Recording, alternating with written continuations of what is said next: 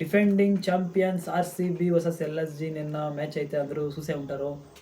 Hello guys, welcome back to the new video. RCB versus LSG నిన్న match full one sided game అయితే అయ్యింది. RCB side ಯಾವ ಥರ బౌలింగ్లో డామినేట్ చేసి పరేసినది మన ఆర్సీబీ వాళ్ళు.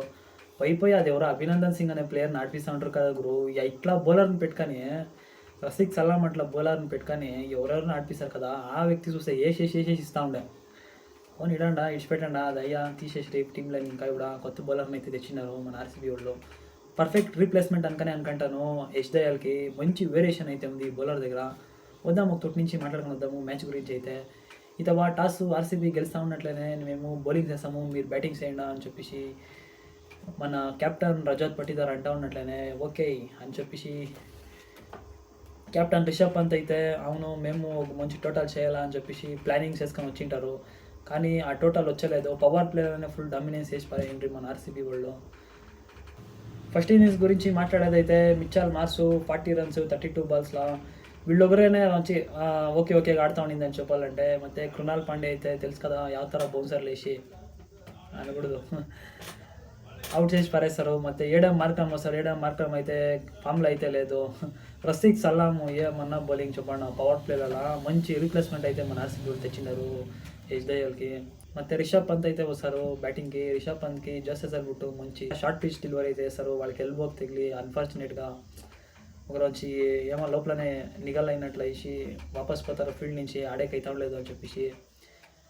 మన జోసెసర్ పై సారీ అడుగుతారు, చెప్తారు ఓకేనా అని చెప్పేసి అంతాను. ಮತ್ತು నిచోలస్ పురం తెలిసే ఉంటుంది, ఫామ్లో అయితే లేదు బ్యాట్స్మెన్, లేదంటే ఎట్లా ఆడతాడు అని చెప్పేసి అందరికీ తెలిసే ఉంటుంది. నిచోలస్ పురం మంచి బ్యాట్స్మెన్ కానీ ఫామ్లో అయితే లేదు అంతేనే. బౌలింగ్కి ఇక్కడ బోల్డ్ అయితే ఉన్నట్టేనే జోసెసర్ బుట్కి. నెక్స్ట్ ఐస్ బదోని అయితే రాంచి కరుచుకొని ఆడతారు. ఎంత 38 రన్స్ కొడతారు 24 బాల్స్లో, 1 సిక్సరు ಮತ್ತು 4 4లు. ఎల్ఎస్జీ బ్యాట్స్మెన్ గురించి మాట్లాడేదైతే ఎల్ఎస్జీలో మంచి ప్లేయర్స్లు అయితే ఉన్నారు కానీ ఎవరు ఫామ్లో అయితే లేదు. అదే మెయిన్ పాయింట్ వచ్చినది.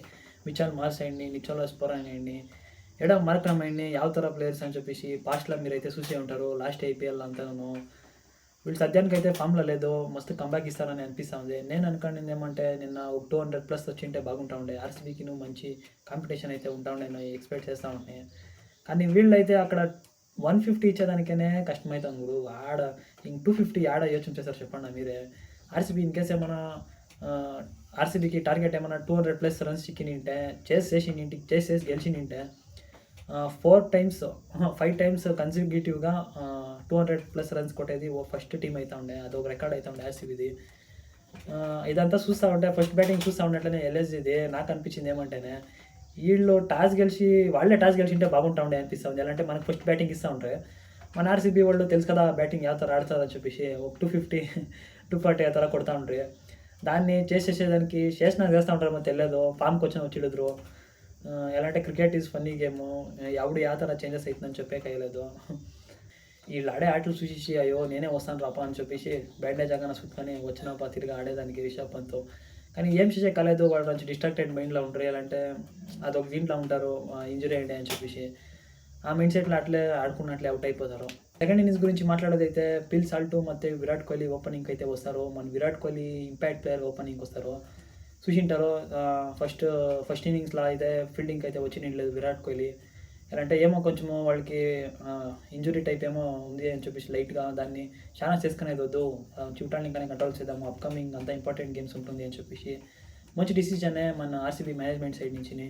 కానీ నిన్న చిన్నస్వామి స్టేడియం పోయిండే వాళ్ళకి అంత ఆర్సీబీ ఫ్యాన్స్కి అంతను ఒక హార్ట్ బ్రేక్ అనిపిస్తుంది. ఎలా అంటే ఫీల్డ్ పైన విరాట్ కోహ్లీ చూడాలని చెప్పేసి ఆల్మోస్ట్ ఎందరో వస్తారు ఫ్యాన్స్ టికెట్ తీసుకొని. అతను ఇంకా చూడాలా విరాట్ కోహ్లీని డైరెక్ట్గా చూడాలని చెప్పేసి. నిన్న ఫీల్డ్ అయితే విరాట్ కోహ్లీ ఉండలేదు. విరాట్ కోహ్లీ ఉంటే ఆయన ఎనర్జీనే వేరే ಥರ ఉంటాను. నిన్న ఎవరో టికెట్ తీసుకొని చిన్నస్వామి స్టేడియంకి అయితే పోయిండ్రి, వాళ్ళకైతే మంచి డిసప్పాయింట్మెంట్ అనిపిస్తుంది.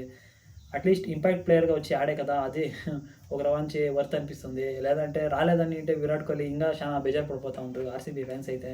ఎవరో స్టేడియం పోయినరో వాళ్ళకైతే ఎక్స్పెషల్లీ. ఇక్కడ ప్రిన్స్ యాదవ్కి పిల్ సాల్ట్ బోల్డ్ అవుతా ఉన్నట్లనే దేవదత్ పడికల్ అయితే వస్తారు. దేవదత్ పడికల్లో అంతే ఈ నేను మ్యాచ్లో అంత టైం కాంట్రిబ్యూషన్ అయితే ఉండలేదు. విరాట్ కోహ్లీ ఒకరే నిలుచుకొని ఆడిందంటే నిన్న ఒక డిఫరెంట్ విరాట్ కోహ్లీనే చూస్తున్నాము. ఫస్ట్ బాల్ వాడిని ఇంకా అటాకింగ్ చేసుకొని వచ్చి ఎవడు వాళ్ళు 40+ రన్స్కి వచ్చారు. అవుట్ నుంచి సింగిల్స్ ఆమె తిరిగా డబల్స్ అయితే ఫోకస్ చేస్తూ ఉంటారు. హాఫ్ సెంచరీ చేసుకొని పదమ్మా అని చెప్పేసి 6 కొట్టకపోతారు. అది చూస్తే టైమింగ్ కాకుండా అట్లా బాల్ పై సీదా పై క్యాచ్కి అయితే పోతుంది. నిచ్చోలా స్పోరాన్ చేతిలోకి. ఆవేష్ ఖాన్ అయితే మంచి బౌలింగ్ అయితే చేస్తారు నిన్న పవర్ ప్లేలా.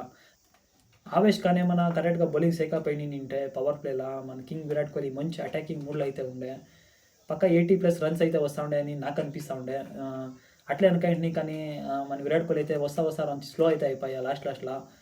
ఆమె తిరిగా క్యాచ్ ఇచ్చి అవుట్ అయిపోయి హాఫ్ సెంచరీ అయితే బాగుంటాయని చెప్పేసి ఎక్స్పెక్ట్ చేస్తాను. ఇన్కేస్ హాఫ్ సెంచరీ అయితే పక్క మ్యాచ్ 5 గంట నిలుచుకుంటా ఉండే లాస్ట్ గంటను. ఇంకేముంది నెక్స్ట్ బ్యాటర్స్ ಬಗ್ಗೆ మాట్లాడేదైతే మన రజత్ పట్టిదార్ వచ్చినట్లే 3 సిక్సర్లు పెట్టేదా 3 సిక్సర్లు ಯಾವ ಥರ చెప్పండి. ఫస్ట్ ఓవర్లోనే 6 కొడతాడు అనుకుంటాను. ಮತ್ತೆ ఆడుకొని పోతాడు మంచి క్యామియో అయితే ఆడతారు. అది 200+ స్ట్రైక్ రేటేనే ఎంత 13 బాల్స్కి 27 రన్స్ అయితే కొట్టినది మన రజత్ పట్టిదారు.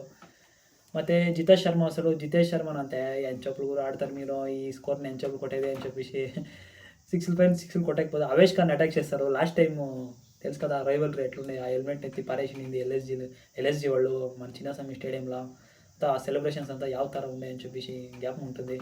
జితేష్ శర్మకి ಯಾವ ಥರ కొట్టించుకోండి జితేష్ శర్మ చేతిలో లాస్ట్ ఇయర్ వచ్చి జ్ఞాపకం ఉంటుంది అందరికీ. నెక్స్ట్ టీమ్ డేవిడ్ వస్తారు. టీమ్ డేవిడ్ ಮತ್ತು రమారేష్ అపాడ్ మధ్యలో మంచి partnership 20 runs partnership important partnership. లాస్ట్లో వికెట్లు అయితే ఇచ్చి మన ఆర్సీబీ వాళ్ళు అనిపించే ఎలా అట్లా అవుట్ అవుతా ఉన్నారు అని చెప్పి. కానీ అందరూ అగ్రెసివ్ బ్యాటింగ్ చేద్దాం అనేసి వచ్చిండ్రి. అందరూ కొట్టేదానికి పోయి అవుట్ అయ్యారు. స్ట్రగల్ అయ్యేసంతూ నేను ఆర్సీబీలో అంతా ఎవరు అవుట్ కాలేదు. మంచి ఫామ్లో అయితే ఉన్నారు మన బ్యాట్స్మెన్లో. పాయింట్స్ టేబుల్ గురించి మాట్లాడేదైతే నిన్న ఆర్సీబీ వర్సెస్ ఎల్ఎస్జీ మ్యాచ్ అవుతా ఉన్నట్లనే మన ఆర్సీబీ వాళ్ళు టాప్ స్పాట్లోకి అయితే మూవ్ అవుతారు. ఆర్ఆర్ని ಮತ್ತು పంజాబ్ కింగ్స్ని కిందకి తోసేసి. ఇదేమి ఫిక్స్డ్ ఏం కాదు. అప్కమింగ్ మ్యాచెస్ ఇంకా ఉంది. మన ఆర్సీబీ వాళ్ళు ఇదే ಥರ మెయింటైన్ చేయాలా టాప్ స్పాట్ని సీల్ చేసుకున్నారని చెప్పేసి ఎక్స్పెక్ట్ చేస్తున్నాను. అదే ಥರ చేయాలని చెప్పేసి అందరూ అనుకుందాము.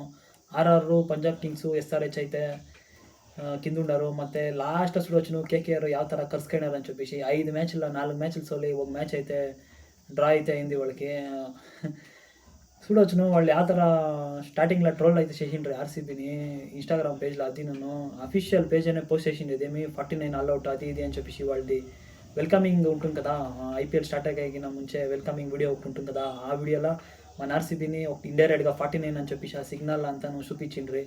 చూడొచ్చును కర్మ ఈజ్ రిటర్న్స్ అని చెప్పేసి ಯಾವ ಥರ కేకేఆర్ వాళ్ళు అయితే కింద అయితే బాటంలో అయితే కలుసుకొని ఉన్నారు. 5 మ్యాచెస్లో 4 మ్యాచెస్ అయితే సోలినారు. 4 మ్యాచెస్ సోలి అది 1.3 మైనస్ స్ట్రైక్ రేట్లో అయితే ఉన్నారు. వాళ్ళైతే బయటకు వచ్చేది డౌటే అనిపిస్తుంది సీజన్. ಮತ್ತು సిఎస్కే అయితే కంబ్యాక్ ఇస్తున్నారు లైట్గా. ಮತ್ತು ఎంఐను అంతే మంచి టీమే ఎంఐలను ఎలా ఎంఐ వాళ్ళ కరెక్ట్గా ఎవరు ఫామ్లో అయితే లేదంటే మంచి టీమేనే. చూడొచ్చు పాయింట్స్ టేబుల్ని సైడ్లో అయితే డిస్ప్లే చేస్తాను.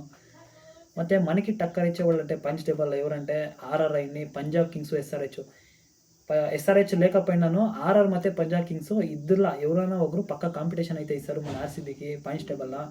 దాని నుంచి మంచి కాంపిటీషన్ అయితే పెట్టుకొని మన ఆర్సీబీ వాళ్ళు టాప్ 1లో నిలుచుకునేదానికైతే ట్రై చేయండి. లాస్ట్ గంటను టాప్ 1లోనే ఉంది అని చెప్పేసి ఎక్స్పెక్ట్ చేద్దాము మన ఆర్సీబీ ఫ్యాన్స్. ఇంతే మ్యాచ్ గురించి మాట్లాడిందయ్యా ಮತ್ತು పాయింట్స్ టేబుల్ గురించి మాట్లాడిందయ్యా.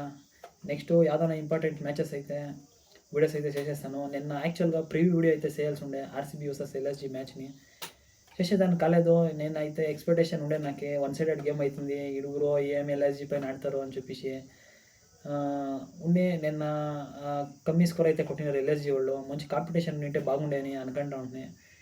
పర్వాలేదు అన్ని సతిలు ఒకే ಥರ ఉండలేదు మ్యాచెస్. నెక్స్ట్ వీడియోలో సిక్తాను. మన తెలుగు వాళ్ళు ఎవరెవరు సబ్స్క్రైబ్ చేసినలేదు సబ్స్క్రైబ్ చేయండి. చూస్తూ ఉన్నారు కానీ సబ్స్క్రైబ్ అయితే చేస్తూ లేదు. వీడియోకి ఒక లైక్ వేసుకొని మీకేమనిపించే మ్యాచ్ గురించి కమెంట్స్ చేయండి. సిగ్దాం నెక్స్ట్ వీడియోలో. Okay friends, by.